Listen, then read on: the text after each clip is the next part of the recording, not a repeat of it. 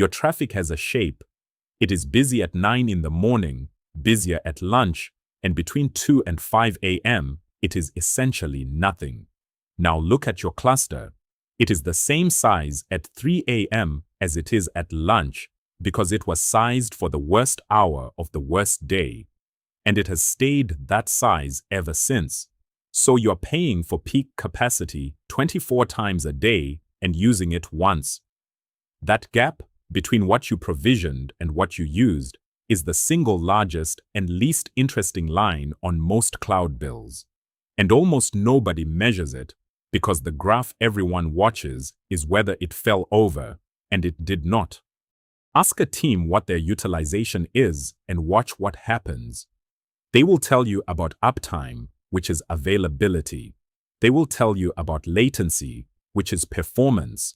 They will very rarely tell you what fraction of the compute they are renting is actually doing work, because nobody is asked, and because the honest answer is embarrassing in a way that is nobody's fault.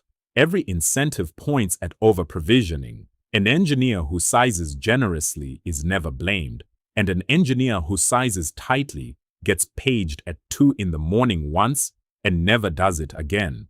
So the machine is oversized, deliberately, by a rational person protecting themselves, and the bill is where that rational choice accumulates. So the first move is not a cost exercise, it is a measurement one. Put the two lines on one graph, what you provisioned and what you used. Everyone has seen a CPU graph, but almost nobody has seen it drawn against the ceiling they are paying for. And the picture is usually shocking in a useful way because the gap is not close. And now the conversation changes. It is no longer spendless, which nobody knows how to do. It is that gap costs this much, and here is the shape of it. And here are the 3 decisions that made it that shape. That is a conversation an engineer can act on, because it points at a design rather than at a virtue.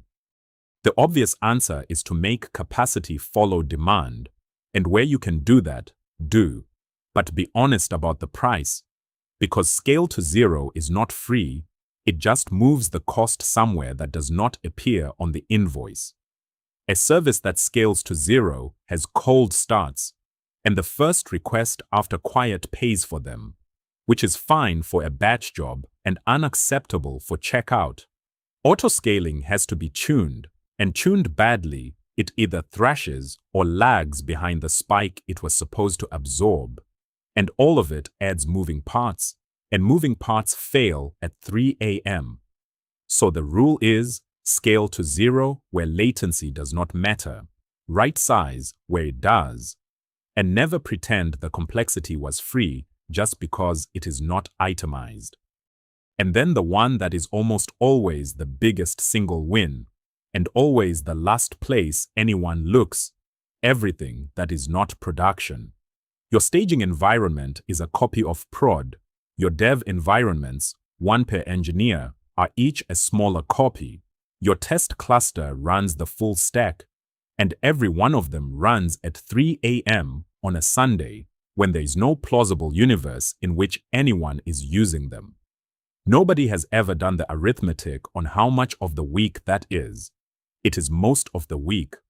The fix is not architectural, it is a schedule. Non-prod is off outside working hours unless someone asks. It is unglamorous. It takes an afternoon, and it is usually the largest number in this entire series. So idle is waste, you can see once you draw the right graph. The next one is different, because it is invisible in every graph you already have.